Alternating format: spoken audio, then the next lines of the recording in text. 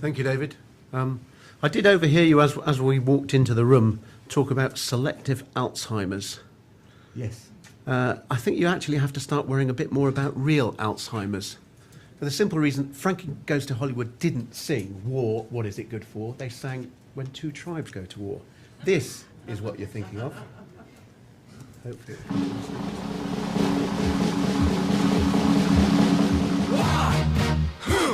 Good job. Yeah. Absolutely nothing. Say it again. Should have played a bit longer, but I got a bit trigger happy. And great drum roll intro. That's why I chose it. So what I'm going to talk to you tonight is a little bit about, firstly, the history of endoscopy, because it leads into the history of arthroscopy. Then a little bit about the history of arthroscopy of the hip joint. A little bit how I was persuaded to do them, and there's a bit of a story behind that. And then finally, hopefully, with a bit of education, how it's done, and the take-home message, what it's good for. Okay, so endoscopy was started, believe it or not, in the early 19th century by a guy called Philip Bazzini, who developed the thing that you can see there on the right called the Lichtleiter, which was filled with, I think it was paraffin and petrol, and got very, very hot. And it was used for endoscopies of the nasal cavity, the rectum, the anus, vagina, no joints, although he did look inside cavities of osteomyelitis. Did they wash it between uses? It probably burnt itself clean. Various people developed that. So Segalas, a couple of years later in the early 1820s, developed his device. And the only reason I put him in, because I thought it was fabulous, it was lit by glowworms. So he collected glowworms, put them in a box, little glass, and that was what lit up these body cavities. Still not in any joints in the body yet. Desormeaux did complain that Segalas had stolen his idea, and he had a compound called gazogene, which was a mixture of, it was turpentine and petrol.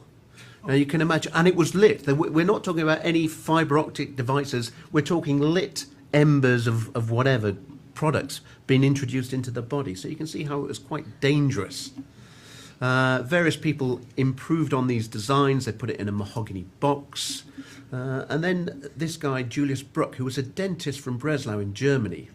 Now, why were dentists involved? Well, the simple reason was that they were dealing, we're talking cystoscopy mainly here, they're dealing with bladder stones. And because bladder stones are hard, it was felt that dentists were the only people that had any knowledge of hard tissues. So dentists were involved in treating bladder stones.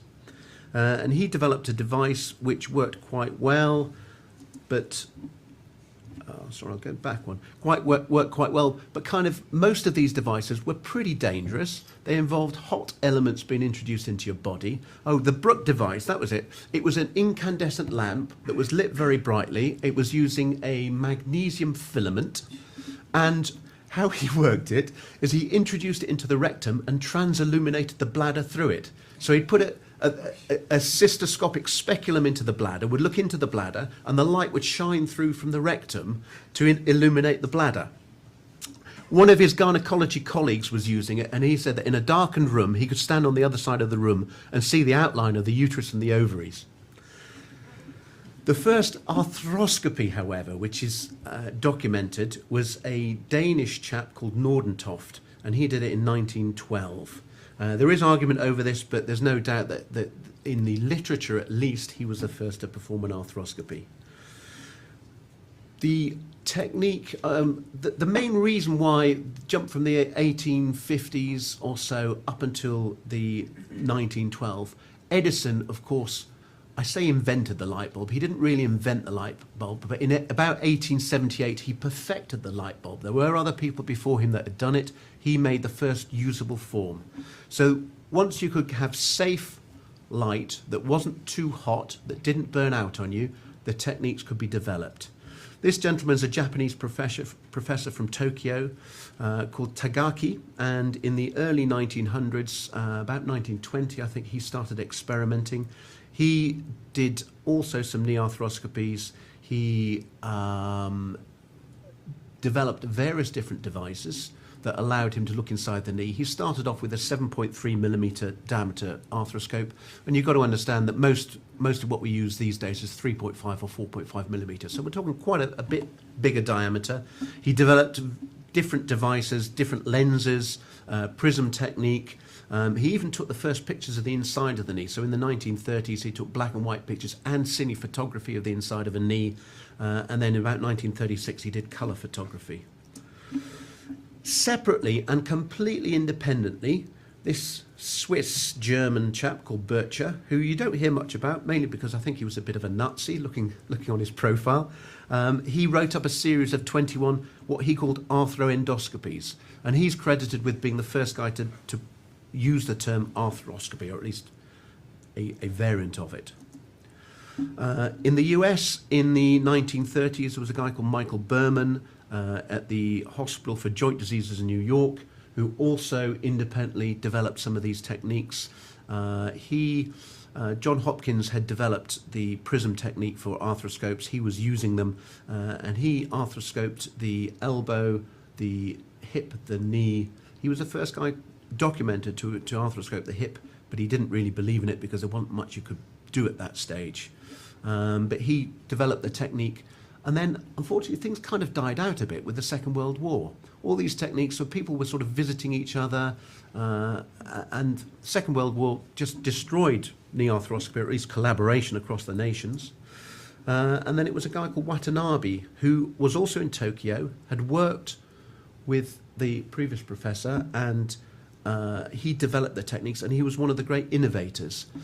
He was working in the 50s and 60s. He visited Berman and took some of the techniques to Japan, refined them. Of course, you've got to remember that in the Japanese technology at the time, there were great developments in photography and lens making, and he was utilizing all those manufacturers that we now think of as household terms in terms of camera manufacture. He was utilizing their technology to make his very fine lenses for arthroscopic work. He was visited in 1964. The story goes that Bob Jackson went as part of the either the US or Canadian medical team to the Tokyo Olympics, visited Watanabe and brought arthroscopes back to the US, or to North America at least, and he kind of introduced it back into the Western world, and the rest, as they say, is history. Hip arthroscopy. I've got to go rewind a little bit to talk about hip arthroscopy. Smith-Peterson was the first author to describe femoroacetabular impingement. I'll come back to what that is yet, in case some of you don't know. But he described it. He described an open technique using the Smith-Peterson approach, which is an anterior approach to the hip, to deal with it. Gantz was the modern guy that popularized the concept of femoroacetabular impingement and treatment thereof, and was also predominantly an open technique surgeon. Michael Berman, as I said earlier, was the first man to arthroscope the hip, but he wasn't really doing anything therapeutic back in the 50s. Numerous people in different continents have popularized the technique.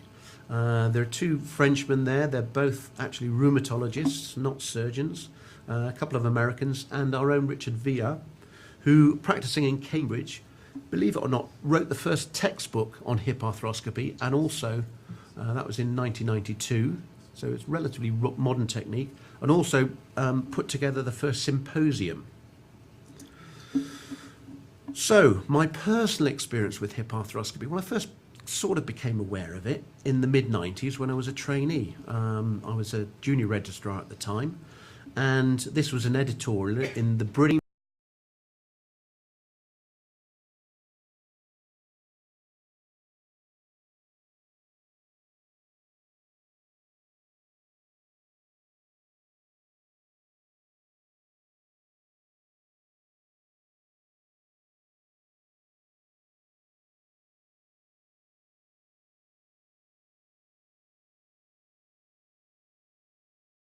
the British JBJS. And he sort of gives a little bit of history, indications, but then he surmises in the final paragraph saying it's beginning to show therapeutic potential. Well, personally, I wasn't swayed by it. You've got to remember that, I mean, if ever any of you have ever met him, he's a very enthusiastic man. He's a very intelligent man. And if he's the champion of hip arthroscopy in the UK, if he wrote in an article that it was beginning to show potential, that's not really enough for me. So I wasn't sold at that stage. Fast forward another couple of years. In July 1999, there was a paper, again in the British Journal, 328 patients, a decent case series. However, when you sort of dissect the paper, take it apart, have a look at it, intervention was only possible in 52%, and only 60% of that 52% were actually made any better. Or more strictly speaking, only 60% of the patients that he reviewed were made any better. It wasn't actually a comprehensive review. The summary, as far as I could tell from reading the paper, was that it changed the diagnosis in quite a lot of patients, but not in 23%. They couldn't even change the diagnosis or manage them. So 3 out of 4, 1 in 4 patients pretty much was made no better, hopefully no worse. And of those that they could do anything to, only a small proportion were made better. So I still wasn't sold. We're talking late 90s now. In November 2005, this is when I started to get switched onto it, because there was a paper, again from Richard Villa, who talked, from then onwards, there were papers that showed that there was a benefit to it. And in particular, this paper showed that the results were better than open hip surgery. So the Gantz procedure of a hip disarticulation, either with or without a trochanteric osteotomy, resect part of the femoral neck, resect some of the acetabulum, relocate the hip, close it all up, that was superseded around this time, the mid-2000s, by arthroscopic surgery.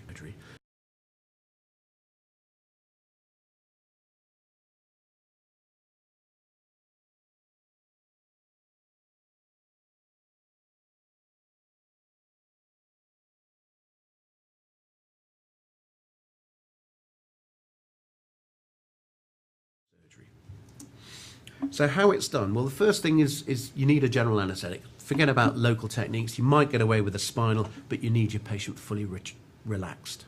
You need to apply traction to the leg, and thankfully there are special devices to do that now. It hasn't reproduced very well, but you can either do it supine or in a lateral position. In fact, my pointer doesn't work very well either. Let's try this one. Oh.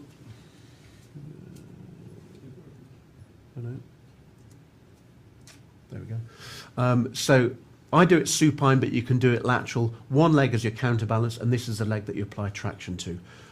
Important to have an oversized bolster, because if you don't, you can get peroneal nerve injuries. I've had one, or not personally, but one of my patients has, and that was the day that they forgot. This is sort of on loan from the, I use Smith & Nephew instruments, on loan from the company. It didn't turn up on that day.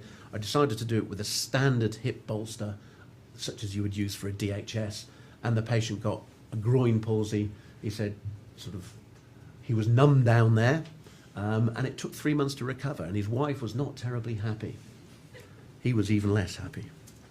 So, bit of traction in a fully relaxed patient.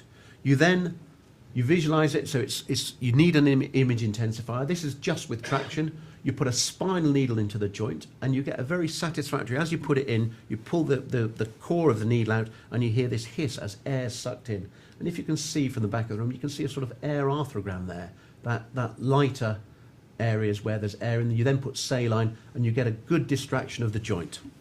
You then introduce your arthroscope using specialized instruments. So what we use for hip arthroscopy is not quite the same as what we use for knee arthroscopy. They're longer arthroscopes. They also have a different viewing angle. So your standard scope for a hip arthroscopy is a 70-degree viewing angle rather than your 30 degrees.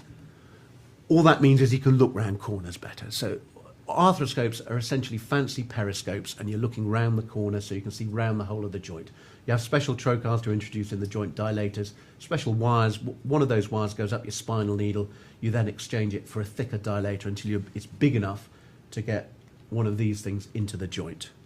So you establish your portal, you put in your accessory portals, And throughout, you're combining your fluoroscopic appearance with your arthroscopic vision. So once you're in the joint, you're using arthroscopic, but if you should fall out, or if you want to confirm where your burr is, so this is doing a femoroplasty, so reshaping the femoral neck for impingement. That's the burr there, and this is the scope watching it resect some of that bone.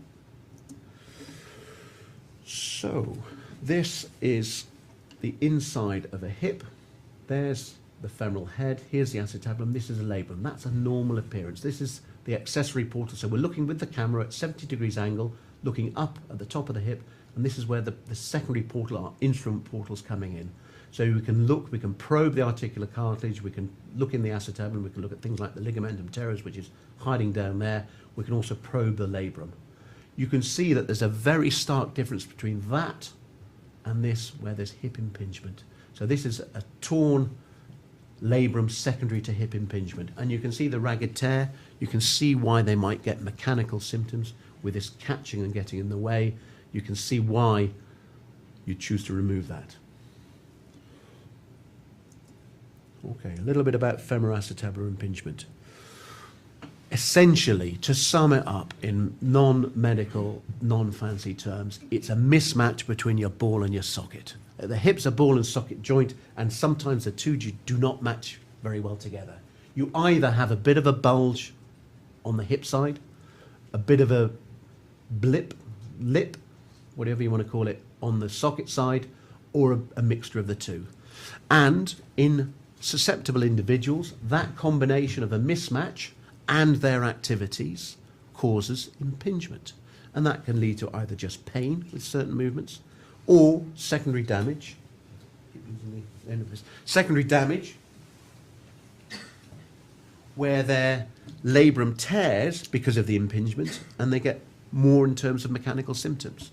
Who does it happen to? Well, it doesn't happen to the couch potato. I can tell you that now. Almost all the patients I see with hip impingement are patients who are active. They're usually of a certain age as well. So, yes, it does happen. You do see it in teenagers, but often they're in their late 20s, mid-30s. Why is that? I think it's a little bit like the meniscus in the knee, in that when you're 20, it takes a fairly violent force to tear your cartilage in your knee. As you get older, it takes much less of a force. So your 32-year-old guy that's still playing a bit of football, he can tear his meniscus just by crouching down, by kicking the ball, sometimes just going up and down stairs. It doesn't take much. I think the same thing applies in the hip. It's a combination of the mechanism plus time. Your meniscus, your labrum, which is a cartilaginous structure like the meniscus in the knee, becomes degenerate and it's more prone to tearing. That's why I think it occurs at a certain age and only in those individuals that are still physically active. We know, or I know from talking to our radiology colleagues, that actually impingement or the features, this sort of feature, is relatively common. But it's a lot more common, now that we're looking for it, in people that are asymptomatic. They don't need anything doing. They're not got symptoms. Why would you treat them? But if they have symptoms and they're doing exercise or symptoms secondary to exercise, they can either give up their exercise or they can do something about it. So, as I said, it's a mismatch. It can be asymptomatic, and only in active individuals leads to pain. So, to summarise, who do I think hip arthroscopy is good for, or what conditions? Well, femoroacetabular impingement in symptomatic individuals, where they have undergone other measures to try and reduce their symptoms. So that could either be activity management, it could be possibly injections, it could be physiotherapy, looking at the core and all the sort of things that you guys do so well. I think when that's failed, then they should consider surgery if they want to carry on playing sport. A loose body in the hip, very good indication. That's actually probably one of the best ones. You will make those patients better by removing that loose body. I liken it a little bit to having a pebble in your shoe. If it's sitting in the wrong spot, it causes a lot of pain. It gets in the way. Essentially, if you've got a pebble in your shoe, you don't try and treat that with physiotherapy. You take the pebble out of the shoe. And that's what I advocate for a loose body in the hip. Labral tear, if symptomatic enough, yes. I saw a guy earlier in the week. He's got bilateral labral tears, but he's still playing sport. He plays football and rugby. We had a chat about it. He said, well, I'm not sure about surgery. I said, well, I'm not sure about surgery. If you're still playing sport, you're going to do for another couple of years. I can't advocate an operation to him because I can only possibly make him as good as he currently is. I like making patients better. Degenerative change, there's the big one. What we often see is a combination of impingement with labral tear with degenerative change. That's a really, not scary group, but you have to be very, very careful about how you counsel those patients because you will not make them perfect. I cannot turn back the clock. I can't give them a retread of their hip. I can maybe tidy it up a little bit. Same as in the knee, I can make it a little bit better, but I will not make them perfect. And I'll always tell them that because ultimately all of us, what we're doing is dealing with patient expectations. And that's pretty much it. Should you have a hip arthroscopy and a femoroplasty reshaping of the bone to prevent arthritis later in life? The jury's still out on that one. I can't say, oh yes, if you have this done, you won't get arthritis, because chances are they probably will. They've already got degenerative change. Fancy MRI scanners will show it. Thankfully, unlike Ricky Veer in the mid-80s, we're not looking at arthroscopy as a diagnostic procedure. We already have imaging techniques that allow us to do that. So the indications for me are relatively small, but thankfully those patients that do undertake surgery are for the most part very happy. Thank you.